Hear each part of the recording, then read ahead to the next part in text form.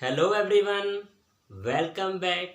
आज की क्लास में राइटिंग स्किल्स के लॉन्ग कॉम्पोजिशन में इंक्लूडेड जॉब एप्लीकेशन के लेटेस्ट फॉर्मेट को कवर करेंगे।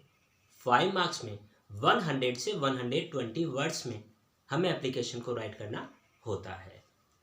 जॉब एप्लीकेशन को 2 स्टेप में हम कंप्लीट करते हैं। First step, covering letter. Covering letter means formal letter की फॉर्म में हमें एक जॉब एप्लीकेशन राइट करनी होती है। Second step, biodata, resume, CV, curriculum vitae, जिसमें हम कैंडिडेट की personal details, academic qualification, professional qualification, technical qualification as per the requirement, experience और रेफरेंसेस को मेंशन करते हैं। जॉब एप्लीकेशन के फॉर्मेट को समझने से पहले जॉब एप्लीकेशन के क्वेश्चन को समझना बहुत ज़रूरी है। नंबर ऑफ स्टूडेंट्स क्वेश्चन से इतना कंफ्यूज हो जाते हैं कि करना क्या है और वो क्या कर देते हैं।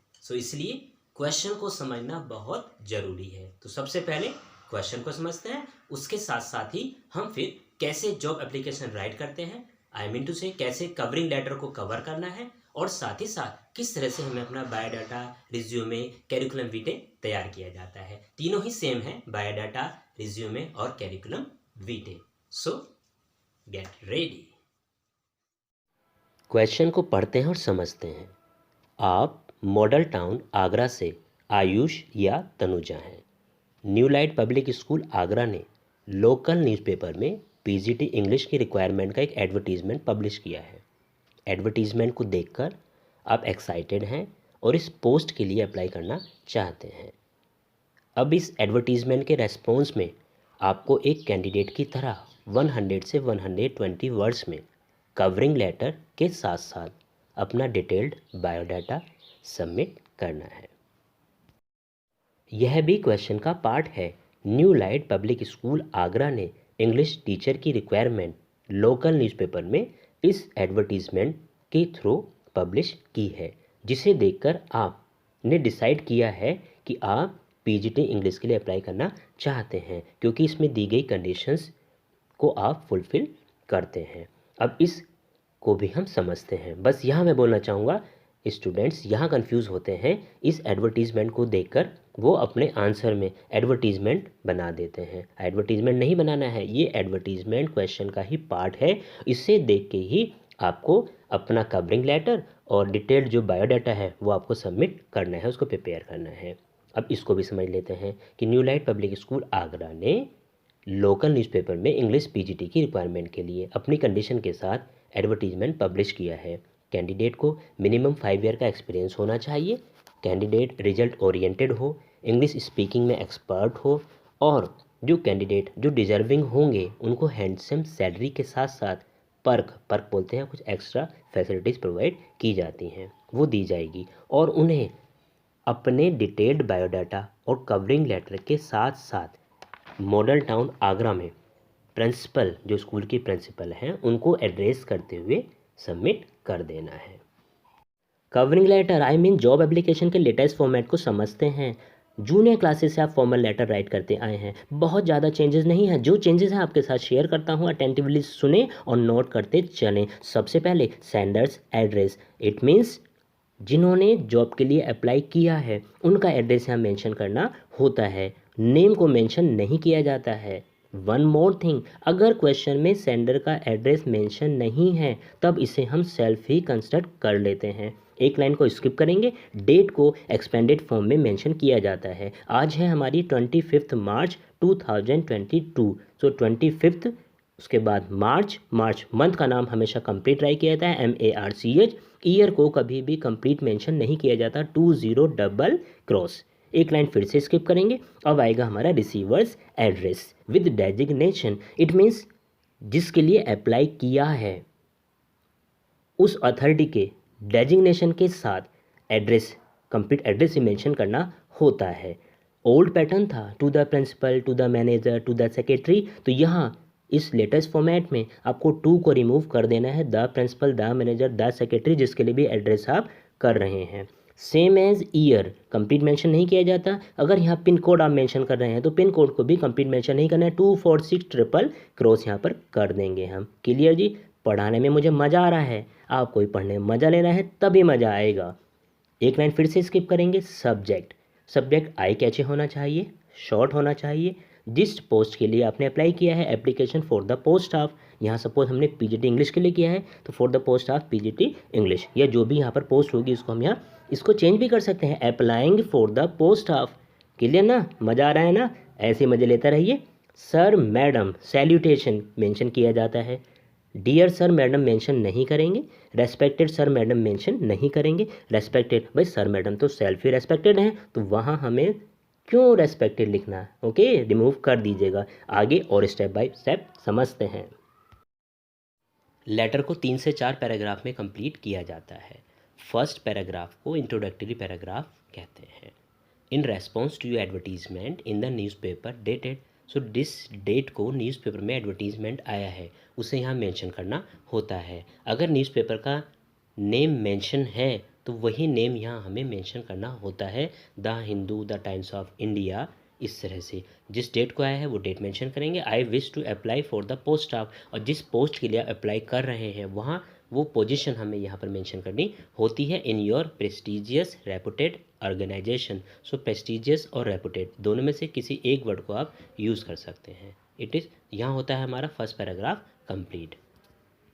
सेकेंड पैराग्राफ को डिटेल्ड पैराग्राफ कहा जाता है, जिसमें क्वालिफिकेशन, एक्सपीरियंस, स्किल्स आदि को मेंशन किया जाता है। एकेडमिक, प्रोफेशनल और टेक्निकल, 3 तरह की क्वालिफिकेशंस होती हैं। अगर आपको इनकी नॉलेज नहीं है, एज पर जॉब किसमें किसको मेंशन करना है, तब आप सिंपल इन तीनों के प्लेस पर लिखेंगे माई क्वालिफिकेशंस। अदर स्किल्स मतलब जो आपके उस जॉब से रिलेटेड हैं।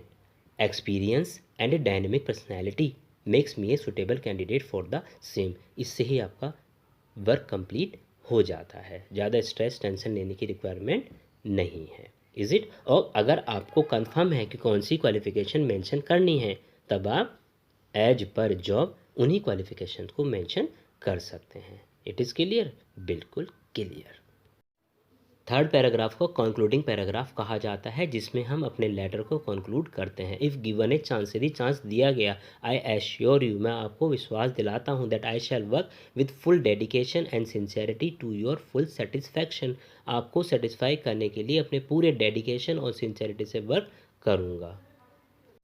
फोर्थ पैराग्राफ में किसी रिमार्क, किसी सजेशन या होप के साथ अपने लेटर को हम कंप्लीट कर देते हैं। I am enclosing my detailed biodata for your kind consideration, waiting for an early interview. आपको लगता है ये लाइन मेरे लिए लेंदी हो गई हैं, तो आप सिंपल से यहाँ नोट कर सकते हैं, my detailed biodata is attached and waiting for an early interview.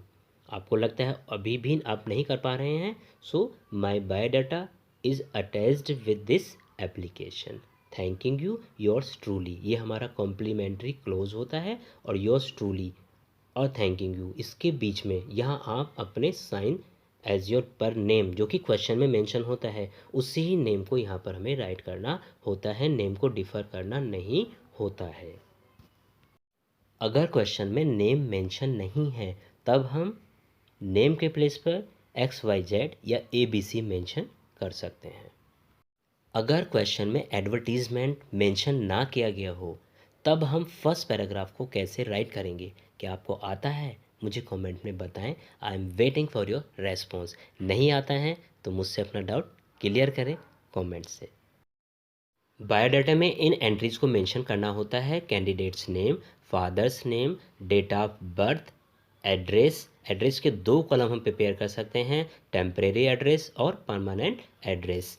Marital status means married और अनमैरिड। एकेडमिक क्वालिफिकेशन के लिए एक टेबल हमें प्रिपेयर करनी होती है, आगे मैंने मेंशन किया है qualification, board, university, year of passing और परसेंटेज। क्वालिफिकेशन में आपको name of the exam, it means 10th है, 12th है, ग्रेजुएशन है, पोस्ट ग्रेजुएशन है, जो भी आपने एग्ज़ाम पास की यहाँ पर उसको मेंशन करना होता है। CBSE बोर्ड है, UP बोर्ड है, या आपकी DU यूनिवर्सिटी है, या आपकी MJP यूनिवर्सिटी है। ईयर ऑफ पासिंग में यहाँ फिर से बोलूँगा 20, ईयर मेंशन नहीं करना है, 20 डबल क्रॉस 20 ऐसे मेंशन कर देते हैं और परसेंटेज आप समझते ही हैं 95, 90, 85 जो भी आपको यहाँ मेंशन करना है। नेक्स्ट थिंग इज़ दैट अगर आपकी जॉब की जो रिक्वायरमेंट है उसमें प्रोफेशनल और टेक्निकल क्वालिफिकेशन भी रिक्वायर्ड हैं तब आप इसको उनको मेंशन करना है, अदरवाइज इसको मेंशन नहीं करना है। Other skills if you do have, अगर आपके पास उस जॉब से रिलेटेड कुछ अदर स्किल्स भी हैं तब मेंशन करना है, अदरवाइज इस कॉलम को भी आप डिलीट कर सकते हैं। एक्सपीरियंस मिनिमम जो है वो तो मेंशन होता ही होता है, अगर आपको उससे ज़्यादा भी है तो आप मेंशन कर सकते हैं। अपना करंट स्टेटस आप बता सकते हैं, इट मीन्स आप प्रेजेंटली कहाँ वर्क कर रहे हैं, यह आप यहाँ मेंशन कर सकते हैं। फ़ोन नंबर को भी कंप्लीट राइट करना नहीं होता है, ना ही अपना, बच्चे अपना फ़ोन नंबर भी दे देते हैं, ऐसा नहीं करना है। 9837 उसके बाद क्रॉस इस तरह मेंशन किया जाएगा। Languages non, Hindi, English, Urdu, Punjabi, जो भी लैंग्वेज आपको आती है, फ्रेंच, वो आप मेंशन कर देंगे। हॉबीज़ एटलीस्ट 2 हॉबीज़ यहाँ पर मेंशन करनी होती है, और ध्यान रखें एक हॉबी एटलीस्ट आपकी जो वर्क फील्ड है उससे रिलेटेड हो जाए, बेटर रहता है। नेक्स्ट कॉलम जो कि बहुत इंपॉर्टेंट होता है, इसको ज़रूर से ज़रूर मेंशन करना होता है, इसके बिना जॉब मिलना बहुत मुश्किल होता है। रेफरेंसेस, इसमें आपको 2 कैंडिडेट के नेम देने होते हैं जो आपके ब्लड रिलेशन में नहीं होते हैं लेकिन एक अच्छी पोजीशन पर वो होते हैं, जिससे वो आपको एटलीस्ट आपके लिए आइडेंटिफिकेशन दे सकें कि वो आपको जानते हैं, आपकी पर्सनैलिटी को समझते हैं। सो यहाँ पर आप 2 रेफरेंसेस, उनका नाम उनके डेजिग्नेशन के साथ, उनके एड्रेस के साथ मेंशन कर देते हैं। उनका फ़ोन नंबर भी अगर लिखना होता है तो वही पैटर्न रहेगा 9837 क्रॉस। इट इज़ क्लियर, समझ में आया ना? बहुत अच्छी बात है। अपने बायोडाटा को इफ़ेक्टिव बनाने के लिए डिक्लेरेशन, ये भी आप मेंशन कर सकते हैं। I hereby confirm that all the information mention in this biodata is accurate and I am sole responsible for their correctness. Date और अपने सिग्नेचर से इस तरह से आपका बायोडाटा कंप्लीट हो जाता है। तो आई होप आपको लेटेस्ट फॉर्मेट समझ में आया होगा। अगर कोई डाउट है मुझे कमेंट में राइट करें। वीडियो अच्छी लगी है इसको लाइक करें, अपने फ्रेंड्स के साथ शेयर करें, और अर्ली बर्ड्स क्लास पर अगर आप नए हैं so with the bell icon इसे सब्सक्राइब भी करें। So I will meet you soon, till then take care, God bless you all.